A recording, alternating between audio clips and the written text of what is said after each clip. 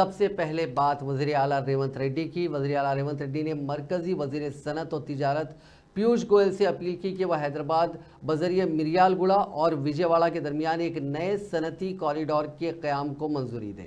مرکزی حکومت سے حیدرآباد ناگپور صنعتی راہداری کے لیے حتمی منظوری دینے کا بھی مطالبہ کیا گیا۔ انہوں نے کہا کہ اگر مرکز حتمی منظوری دیتا ہے تو ریاست کو 2300 کروڑ روپے جاری ہو سکتے ہیں۔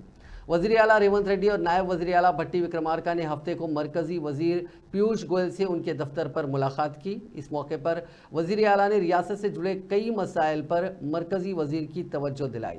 وزیر اعلیٰ نے مرکزی وزیر سے درخواست کی کہ حیدرآباد ورنگل انڈسٹریل کوریڈور کے ترجیحی جز کے طور پر فارما سٹی کی تجویز کو واپس لے کر تازہ تجاویز بھیجنے کے لیے بھی منظوری دے۔